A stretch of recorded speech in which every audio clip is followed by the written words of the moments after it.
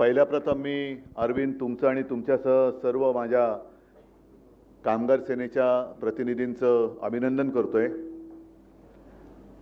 कारण किती वर्ष झाली म्हणाला तुम्ही? 57. देसाई साहेब, शिवसेनेला आपल्या किती झाली? साधारणतः तेवढीच. 2 वर्षांनी शिवसेना मोठी आहे आणि ती असायलाच पाहिजे. कारण पहिली शिवसेनेचा जन्म झाला आणि त्याच्यानंतर भारतीय कामगार सेनेचा. एखादी गोष्ट सुरू करणं खूप कदाचित सोपं असतं, पण ती 57व्या वर्षी सुद्धा तरुण ठेवणं हे खूप कठीण असतं आणि ते काम, तो चमत्कार तुम्ही करून दाखवलाय. साहजिकच आहे, 57 वर्ष मागे गेल्यानंतर दत्ताजी साळवींची आठवण तर आलीच पाहिजे. त्यांचं स्मरण, त्यांना अभिवादन करूनच आपण आजपर्यंत इथे आलेलो आहोत. आता याच्या पुढे सुद्धा त्यांनीच दाखवलेले आणि त्यांनी म्हणजे तुमच्यापैकी किती जणांनी शिवसेना प्रमुखांनी त्यांची जी काय आठवण सांगितली ती ऐकली असेल मला कल्पना नाही. ऐकलंय का कोणी? ऐकलंय ना? हां, इकडे बसलेत लक्ष्मणी. तो काळ होता साधारणतः 66-67 आणि संपूर्ण मुंबईमध्ये म्हणजे 1960 साली संयुक्त महाराष्ट्र झाला. मुंबई महाराष्ट्राने मिळवली, मराठी माणसाने मिळवली, लढून मिळवली, बलिदान करून मिळवली आणि मुंबईसह महाराष्ट्र स्थापन झाल्यानंतर देखील मुंबईमध्ये मराठी माणूसच उतरावत होता. म्हणजे त्याला जवळपास म्हणजे आता जय श्रीराम बोलतात, पण तेव्हा मराठी माणसाला रामागडी म्हणायची. त्या सुमारामध्ये शिवसेना प्रमुखाने एक झंझावात उभा केला. आम्ही शिवाजी पार्कला राहत होतो. अर्थात ही गोष्ट मला काय आठवत नाही, मी खूप लहान होतो तेव्हा, पण शिवसेना प्रमुखांनी सांगितलेली आठवण आहे की घराची बेल वाजली, दरवाजा उघडल्यावरती एक तरुण, कुरळ्या केसाचा, काळा चष्मा, आवाज तर दत्ताजींचा कसा होता तुम्हाला माहिती आहे, आणि त्याने सांगितलं की मी दत्ता साळवी, तुम्ही शिवसेनेमध्ये प्रवेश केलेला आहे आणि मी माझी नोकरी सोडून आलेलो आहे.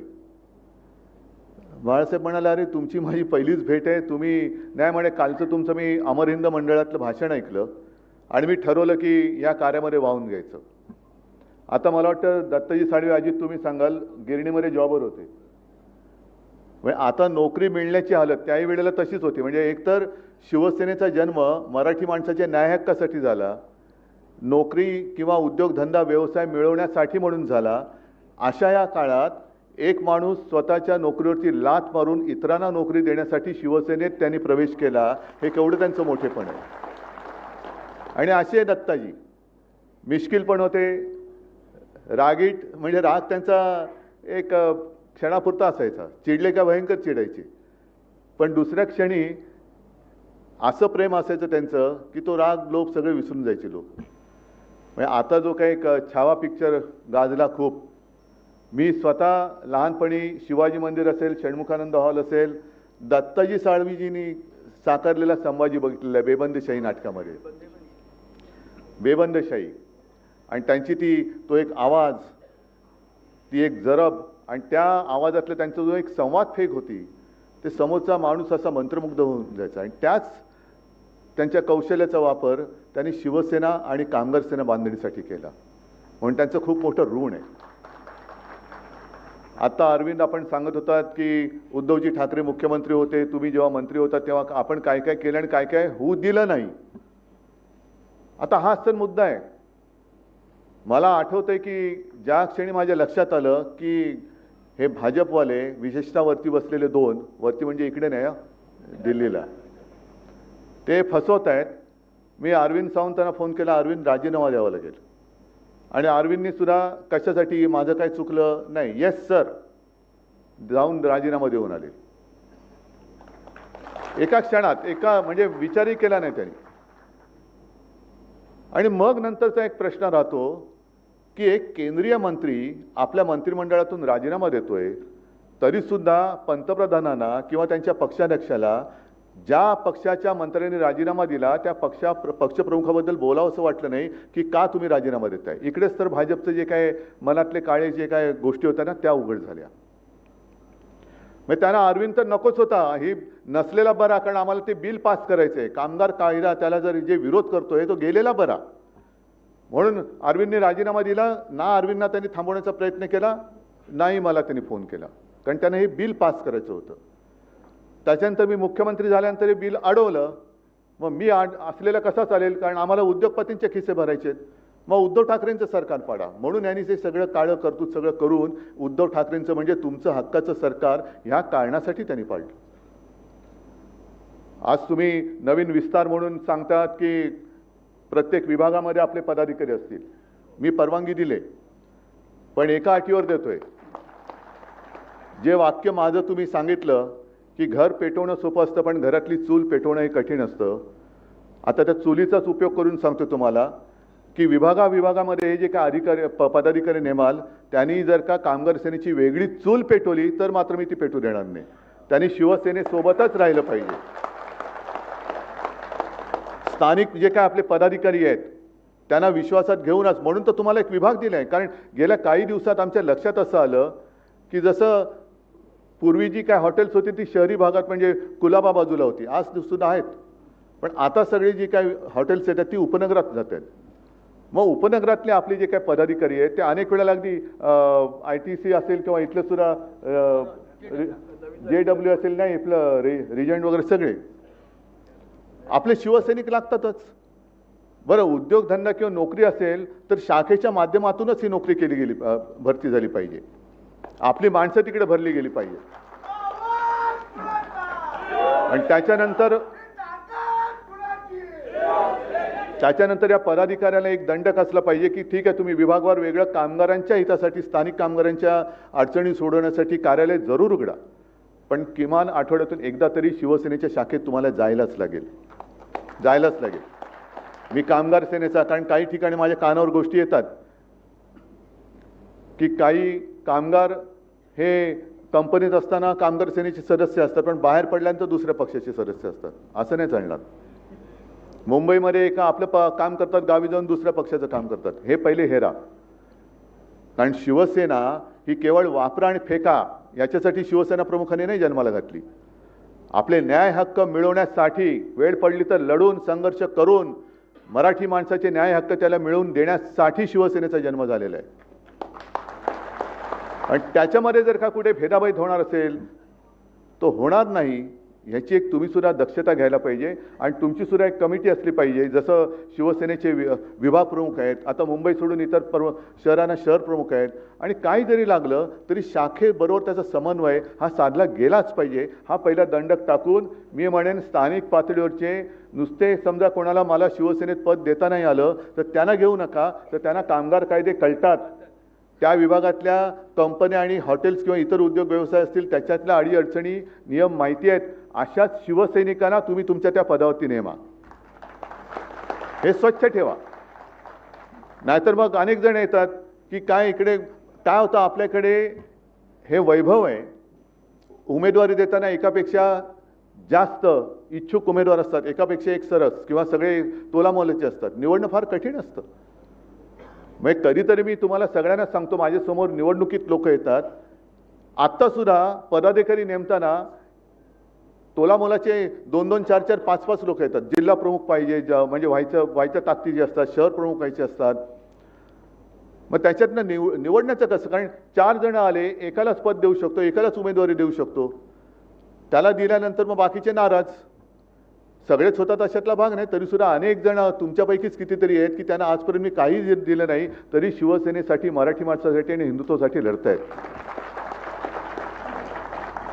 मग मी सगळ्यांना काय सांगतो की अरे एकदा तुम्ही माझ्या खुर्चीत बसून बघा. पक्षप्रमुख उद्धव ठाकरे, कुटुंब प्रमुख उद्धव ठाकरे यांचा विजय असो, तो विजय त्या खुर्चीत बसून दाखवा आणि मग बघा काय असतं त्या विजयाचं. एक मी दुःख नाही म्हणत कधीच, पण ह्या गोष्टी अशा असतात. आणि नंतर मग काय होतं की ठीक आहे, अमुक शिवसेनेचं नाही करता आलं तर युवा सेनेचं तरी करा. अरे हा परवा आला होता याच्या नातवाला ॲडमिशन पाहिजे म्हणून, आणि ह्याला युवा सेनेचं करू, तसं नाही. तर तसं तुम्ही पण एक पथ्य पाळा की इथे मी काय करू, म्हणजे नाईलाज असेल तर तिकडे लगेच तुम्ही कामगार सेनेचं नेमला, असं करू नका. एक जण तर माझ्याकडे असं आलं होतं की मला साहेब अमुक पद देता येत नसेल तर निदान सामनात तरी घ्या. अरे म्हटलं हे काय सामना, मुखपत्र जरूर आहे पण शिवसेनेत नाही म्हणून ही काय ॲडजस्टमेंट सेना नाही आहे कुठे. एक नवीन सेना काढूया आपण, ॲडजस्टमेंट सेना, असं नाही करता येत. तर तिकडे सगळ्यांचंच मान राखून हे काम करणारी लोक तिकडे नेमा. कारण आत्ताचा सुद्धा काळ आहे, कामगार कायदे, विरोध तर करायलाच लागेल. पण विरोध करताना ज्या वेळेला आपण निवडणुकीला सामोरे जात असतो तेव्हाच जर का आपले डोळे उघडून आपण मतदान केलं ना, तर हे कायदा आणणारेच आपण तिथल्या तिथेच त्यांना चिरडून टाकलं असतं. पण तेव्हा आपण आपले विस्कळीत असतो, काहीतरी एक गारूड आपल्या डोक्यावरती टाकलं जातं, बुद्धीवरती. जसं आता मध्ये वक्फ बोर्डाचं टाकलं. आपण का विरोध केला? वक्फ बोर्डाच्या सुधारणेला विरोध करण्याचं कारण काय की जो प्रश्न मी असेन, अरविंद सावंतांनी लोकसभेत असेल, जो सरकारला विचारला तोच सुप्रीम कोर्टाने त्यांना विचारला. सुधारणा करताना वक्फ बोर्डामध्ये गैरकारभार चालले असेल तर त्याला जरूर पायबंद घाला. सगळीकडेच कुठेच गैरकारभार चालता कामा नये. पण जेव्हा वक्फ बोर्डावरती गैर मुसलमान माणसाची तुम्ही नेमणूक कायद्याने करण्याचं बंधन टाकताय, मग तेव्हा माझा मूलभूत प्रश्न असा आहे, मग आमच्या हिंदू धार्मिक संस्थांवरती उद्या जर का तुम्ही मुस्लिम किंवा गैर हिंदू टाकणार नाहीत ह्याची खात्री कशावरून तुम्ही देता? आणि हाच प्रश्न सुप्रीम कोर्टाने विचारलाय. आंधळेपणाने नुसतं काहीतरी भरकटत जायचं म्हणजे आम्ही हिंदू, अजिबात नाही आहोत. आणि नुसतं हिंदी बोललं म्हणजे आम्ही हिंदू आहोत, गुजराती बोललं म्हणजे आम्ही हिंदू आहोत, अजिबात नाही. आम्ही मराठी बोलणारे कट्टर तुमच्यापेक्षाही जास्त देशाभिमानी हिंदू आहोत. पण हे असं आपल्यात भांडण लावून ठेवायचं, वक्फ बोर्डावरनं मारामाऱ्या लावायच्या, आता भाषेच्या सक्तीवरनं लावायची, आणि मग ही अशी बिलं ही मंजूर करून घ्यायची. मग कामगार कायदे, काळे कायदे, शेतकऱ्यांचे कायदे. पण ज्याप्रमाणे शेतकरी रस्त्यावरती उतरला तसा कामगार अजून उतरला नाही. कामगार उतरला नाही. कारण ह्यांचं काय एक मिशन हेच आहे की कुठेही कोणी एकत्र येता कामा नये. कुठेही एकत्रित म्हणजे संघटित व्हायचं नाही, विस्कळीत ठेवायचं आणि सतत एका दबावाखाली ठेवायचं, टेन्शन खाली ठेवायचं. म्हणजे स्वतः जो आपल्या घरच्या चिंतेने, स्वतःच्या चिंतेने ग्रस्त असेल त्याला जाऊ देणं, कायदे आणू देणं, जमीन गेली जाऊ देणं, धारावी गेली जाऊ देणं. पण तुम्ही टेन्शनमध्ये, अरे माझं काय होणार याच्यामध्ये, म्हणजे हे सगळे जे काही काळे कायदे आहेत याच्यामध्ये आता परमनंट लेबर किती टक्क्यामध्ये राहिलं असेल? किती टक्के? टक्क्यात मोजायची वेळ आली. कारण रोजची तुम्हाला म्हणजे जे काही नवीन भरती होते, हायर अँड फायर, म्हणजे आज काम आहे उद्या काम असेल असं नाही, उद्या काम असलं तर तुलाच मिळेल असं नाही, सगळं काही मालकाच्या मर्जीवरती. म्हणजे मला माझ्या कामाची चिंता आहे, तू काय घेऊन बसल्यात, कायदे बिदे, हे वक्त काय, हे काय, ते काय, हे ह्याच्यातच आम्ही म्हणजे त्याच्यात बिझी राहिल्यानंतर हे काय करायचं?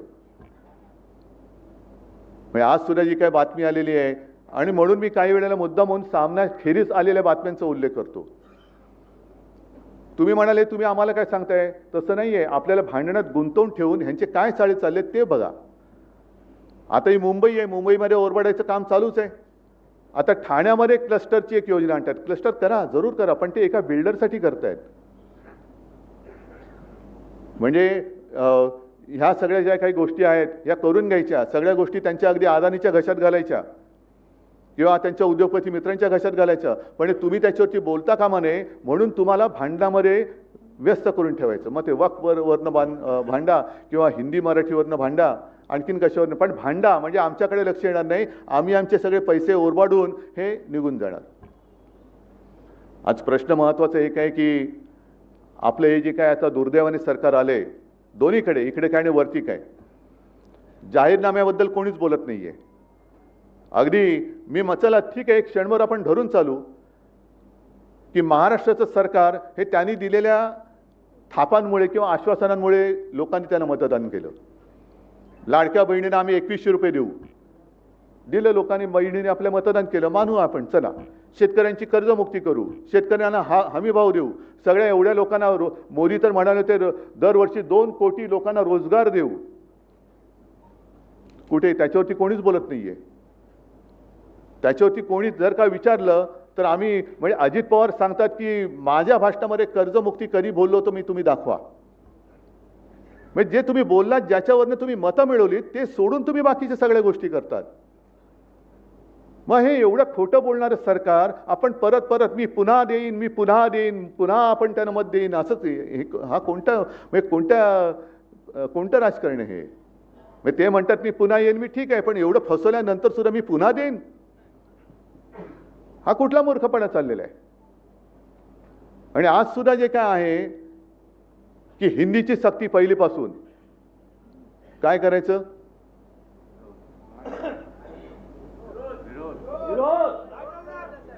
आम्ही प्रेमाने सगळं ऐकू, पण सक्ती कराल तर तुमच्या सकट उखडून फेकू. एक तर शिवसेनेने सुरू केलेले आहे, जे अमराठी आहेत, मुंबईमध्ये राहत आहेत, वर्षानुवर्ष राहत आहेत, पिढ्यानपिढ्या राहत आहेत, त्यांना चला मराठी शिकूया, त्याला प्रतिसाद मिळतोय. अनेक उत्तर भारतीय त्या आपल्या क्लासेसला येत आहेत, अनेक उत्तर भारतीय येत आहेत. आणि ते बघितल्यानंतर त्यांच्या पोटात गोळा आला, चला हिंदीची सक्ती करूया. कशासाठी सक्ती पाहिजे? पहिलं महाराष्ट्रामध्ये सुभाष देसाई मंत्री होते, मी मुख्यमंत्री होतो. मला अभिमान आहे की महाराष्ट्रामध्ये मराठी भाषा ही सक्तीची करण्याचा निर्णय हा माझ्या नेतृत्वाखालच्या सरकारने घेतलेला आहे. पहिलीपासून जो महाराष्ट्रामध्ये राहील त्याला मराठी आलीच पाहिजे, ही सक्ती असलीच पाहिजे. मग हिंदीची तुम्ही सक्ती जर करत असाल, होऊ देणार नाही, हा भाग वेगळा आहे. पण सगळ्या दुकानांवरती महाराष्ट्रामध्ये मराठीमध्ये लिहिण्याचा सुद्धा आम्ही कायदा केला आहे. तो कायदा अंमलबजावणीमध्ये किती आणला या सरकारने? काही नतद्रष्ट तर त्याच्या विरुद्ध कोर्टामध्ये गेले. अरे इथे राहता, इथलं आमचं मीठ खाता आणि मराठी भाषेला तुम्ही विरोध करता. यांचं सरकार, आपलं सरकार गेल्यानंतर, सरकार होतं तेव्हा कोणाची हिंमत नव्हती, पण आपलं सरकार गद्दारी करून पाडल्यानंतर त्या एसनशीनी गद्दारी करून पाडलं आणि पाडल्यानंतर त्यांच्या पालख्या वाहत आहेत, त्यांचे पाय चाटतायत आणि मराठीवरती अन्याय करणाऱ्यांचे पाय चाटणारे हे कसले बाळासाहेबांचे विचारून येणार पुढे? पण ह्यांचं सरकार आल्यानंतर, म्हणजे मी तर कदाचित असं म्हटलं तर वावगं ठरणार नाही की महाराष्ट्राच्या मारेकऱ्यांची सुपारी घेणार हे सरकार आहे का? त्यांचंही सरकार इकडे बसले, ते सत्ताधारी म्हणून आमच्यावरती राज्य करतायत का? महाराष्ट्राचे आणि मराठीचे मारेकरी, त्यांची सुपारी घेतलेले हे सत्ताधारी महाराष्ट्राला दुर्दैवाने लाभलेत का? पण यांचं सरकार आल्यानंतर मराठी नहीं आती, मराठी लोग गंदे हैं, वो नॉनव्हेज खाते हैं. मग मी सुद्धा आजपासून सांगतोय की जसं आपण ते म्हटलं होतं ना, इस देश में रहना होगा तो वंदे मातरम कहना होगा, तसं इस राज्य में रहना होगा तो जय महाराष्ट्र बोलना ही होगा.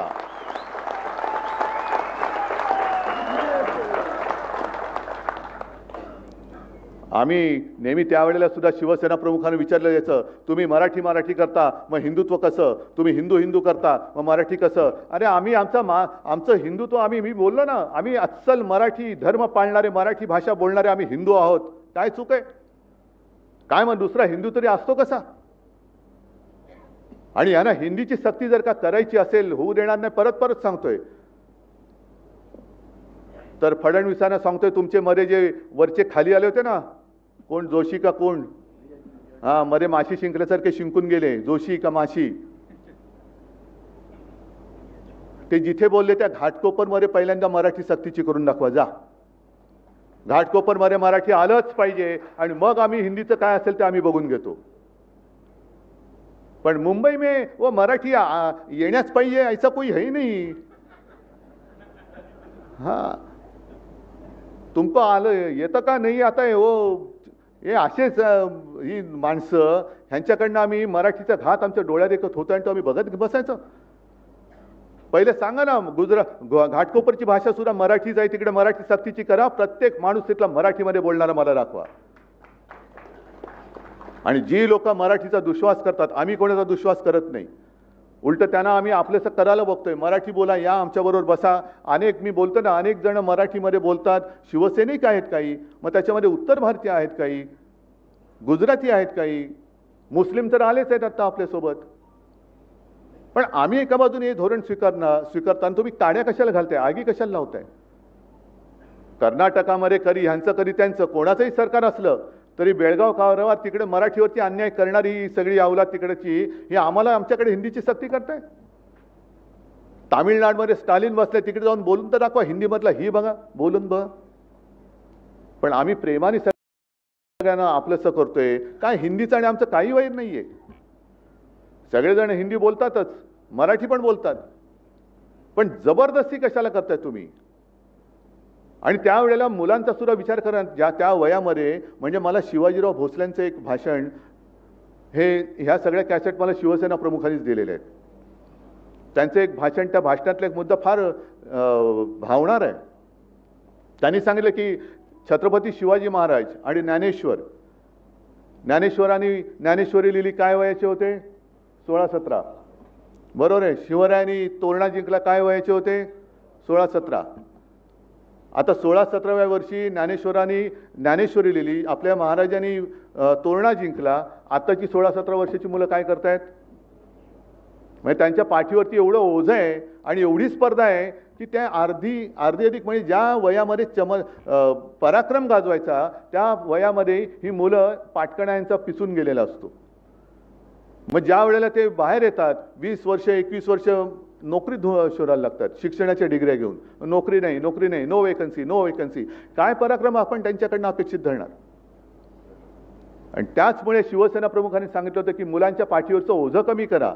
आणि तुम्ही ओझं वाढवत आहे. त्यांना त्यांचं जे काही खेळण्याचं वय आहे, बागडण्याचं वय आहे, त्या काळामध्ये तुम्ही सक्ती. अरे त्याला शिकायचं शिकू द्या ना. शिकतील. अगदी आपल्या प्रत्येक मराठी भाषिकांकडे, म्हणजे आता मी नरसिंहरावांचं उदाहरण देईन तुम्हाला. नरसिंहराव तर मला कोणीतरी सांगितलं 14 भाषा यायच्या, उत्तम मराठी बोलायचे.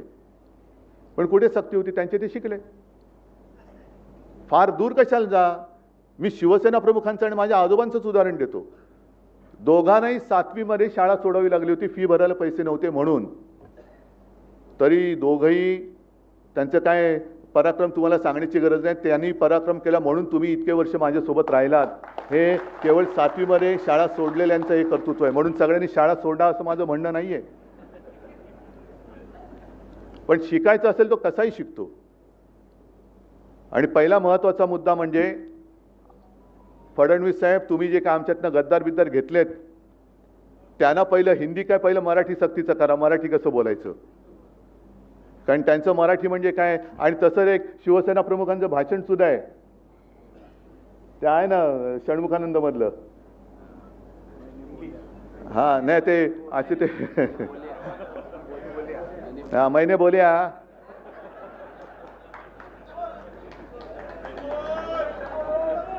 नको, वन्स मोर नको. एकदा झाले तेवढं बस. एकदा बोल्या उतना काफी आहे. जिसको समझना है उसको समजा. त्यांना पहिले तुमचे सहकारी चांगले सुशिक्षित आहेत का? म्हणजे मी परत सुशिक्षित अशिक्षित असा वाद नाही करू इच्छित, पण तेवढ्या क्षमतेचे आहात का की केवळ गद्दारीचीच सर्टिफिकेट घेऊन तुम्ही त्यांना पद दिलेली आहेत? तू किती वेळा पक्ष बदललास? अरे वा, चल ये, डबल ग्रॅज्युएट आहेस तू. हा म्हणजे पक्ष सोडण्याचा, पक्ष फोडण्याचा अनुभव दांडगा ये माझ्याकडे. ही सगळी अशी तितर भीतर झालेली लोक आणि ही आपल्या राज्याचं शैक्षणिक धोरण शिकवत आहेत. हे शैक्षणिक धोरण ठरवत आहेत. हे मोठं दुर्दैव आहे. माझं तर मत असं आहे की मराठीसाठी आणि महाराष्ट्राच्या हितासाठी अगदी किरकोळ भांडणं, तुम्ही बाहेर गेल्यानंतर बातम्या वाचल्यानंतर कळेल मी किरकोळ भांडण्याचा संदर्भ काय आहे. किरकोळ भांडणं बाजूला ठेवायला मी सुद्धा तयार आहे. आणि मी सुद्धा सर्व मराठी माणसांना या हितासाठी, महाराष्ट्राच्या हितासाठी, मराठीसाठी एकत्र येण्याचं आवाहन करतोय. पण माझी अट एक आहे की जेव्हा आम्ही लोकसभेच्या वेळेला सांगत होतो की अरे महाराष्ट्रातनं गुजरातमध्ये सगळे कारभार घेऊन जात आहेत, उद्योग घेऊन जात आहेत, तेव्हाच जर का विरोध केला असता तर आज ते सरकार तिकडे बसलं नसतं. आज तिकडे महाराष्ट्राच्या हिताचा विचार करणारं सरकार आपण केंद्रात बसवलं असतं आणि राज्यात सुद्धा आपल्या महाराष्ट्राच्या हिताचा विचार करणारं सरकार बसलं असतं. त्याच वेळेला हे काळे कामगार कायदे आपण फेकून दिले असते कचऱ्याच्या टोपलीमध्ये. पण तेव्हा पाठिंबा द्यायचा, आता विरोध करायचा, मग परत तडजोड करायची, हे असं नाही. महाराष्ट्राचं हित, मग त्याच्या आड जो कोणी येईल त्याचं स्वागत मी करणार नाही, त्याला मी घरी बोलवणार नाही, त्याच्या घरी मी जाणार नाही, त्याचं आगत स्वागत, त्याच्याबरोबर पंक्तीला बसणार नाही, हे पहिले ठरवा आणि मग महाराष्ट्र हिताच्या गोष्टी करा. बाकी आमच्यातली भांडणं मी आज सांगतो, जी काय भांडणं माझ्याकडनं नव्हतीच कोणाशी, मिटून टाकली. चला, पण पहिले हे ठरवा, महाराष्ट्राचं हित.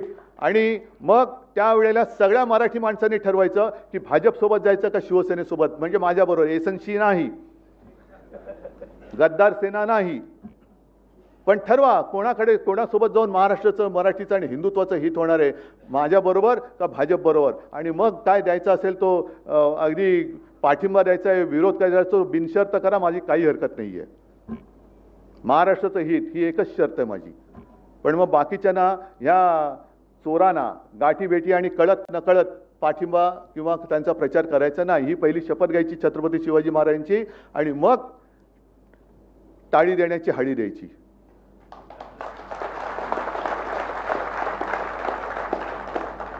आज संपूर्ण जे काय मी तुम्हाला सांगत होतो की महाराष्ट्राची संस्कृती मारली जाते आहे ना. मी अनेकदा सांगतोय, परत सांगणार, ही रामाची भक्ती आम्हाला भाजपने नाही शिकवायची.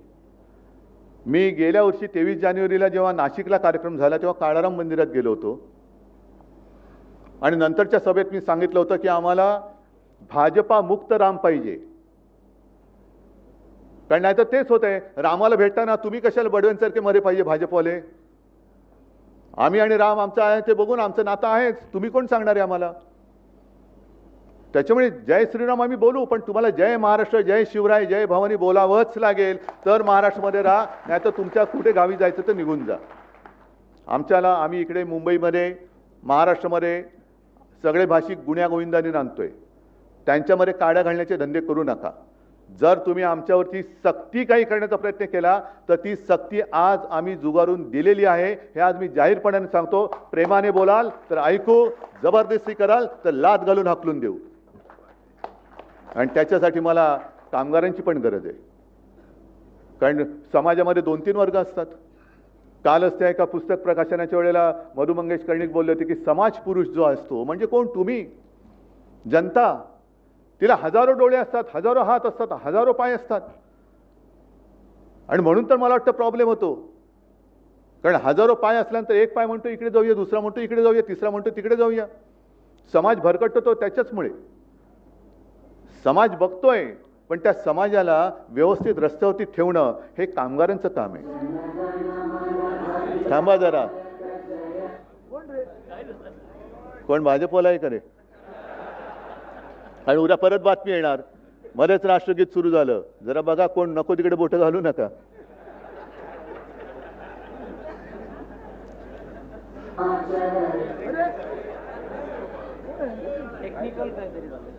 ते प्लग काढा नाही, टेक्निकल फॉल्ट असेल तर.